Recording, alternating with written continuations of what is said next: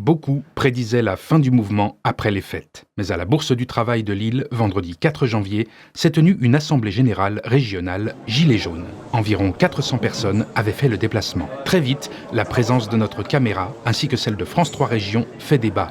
Il va falloir qu'on vote. Donc dès que le bureau sera mis, le premier débat, ça devrait être, avant encore même de se prononcer sur l'heure du jour, si on accepte ou pas que les médias soient là pendant l'AG.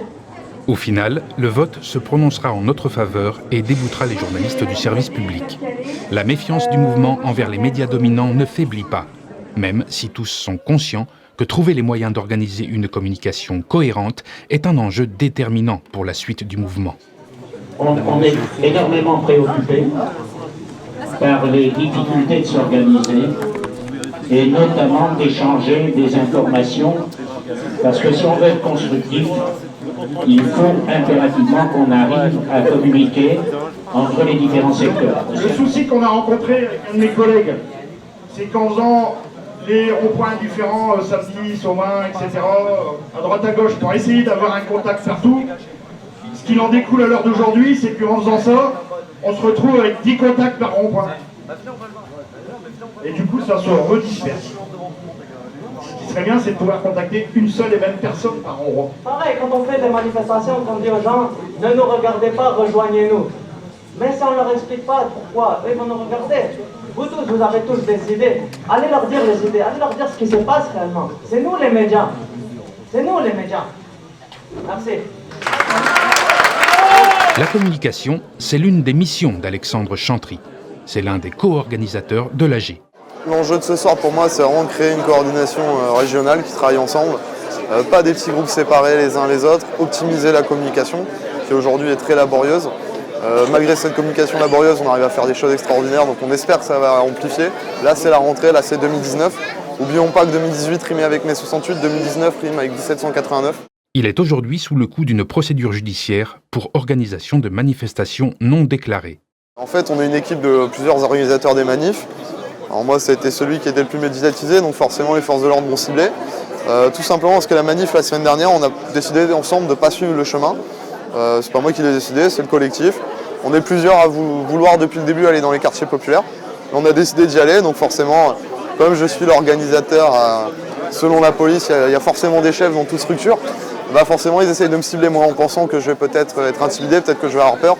Pas de bol pour eux, ils sont tombés sur un os, moi ça me fait pas peur et je suis prêt à ça pour le moment et surtout je ne suis pas prêt de baisser les yeux ni la tête les amis. Il y a une vraie volonté d'intimidation, que ce soit pour les 70 personnes interpellées dont Éric Drouet il y a 2 jours, que ce soit pour moi ici à Lille, que ce soit pour plein de gens en fait en France. Moi tout à l'heure il y a des gens qui me disaient bah oui on a eu la police qui sont venus nous parler, etc. C'est des techniques d'État, ça c'est des techniques d'État autoritaire, il faut l'entendre. Dans l'Assemblée, la parole se libère. Beaucoup parlent de l'escalade de la violence lors des dernières manifestations. Il y a parmi nous des personnes sensibles au gaz, peut-être à des coups et à des rangers et aux arrestations. Ne venez pas, sur les manifestations, restez sur les ronds-points. Écoutez, restez sur les ronds-points, je vous le dis pourquoi. Je dis pourquoi. Parce que à partir d'aujourd'hui, si je suis dans une manifestation, et que la police, qui n'est pas signalée par quoi que ce soit, vienne chercher un de mes amis, je ne le laisserai pas par terre. Si vous voulez faire une bataille, et si vous voulez manifester, vous bloquerez des points comme les préfectures, les commissariats de police, et tous les points stratégiques. Si c'est pour perdre du temps, on peut en parler pendant des mois, et je veux dire quoi, le mouvement va s'essouffler. Il y a énormément de policiers qui font des blessés. Et il y a des policiers qui empêchent les street medics d'intervenir. Et je l'ai vu.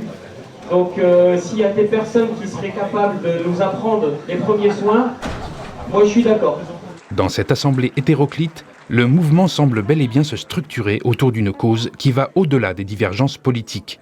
La volonté de faire plier le gouvernement pour le bien commun. Ici, c'est un soulèvement populaire.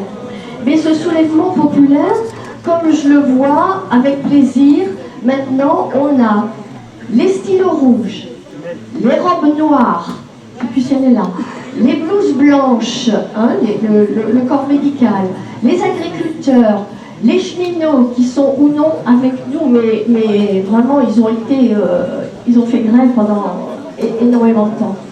Les retraités, enfin bon, donc ça c'est s'élargit de plus en plus. Il faudrait arriver à une assemblée constituante et qu'on change la Constitution.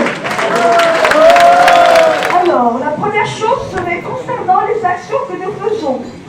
Ce qui serait bien, c'est qu'en plus des blocages ronds-points, nous puissions faire aussi des blocages et boycotts entreprises, supermarchés, hypermarchés, péages, pour bloquer ce système que nous voulons combattre. Que les lieux de rendez-vous soient déjà clairs, que nous puissions être tous nombreux possibles, plus la grève générale. Ça rentre dans la tête, nous devons faire en plus la grève générale. Nous devons mettre en jeu ce système. C'est important, il y a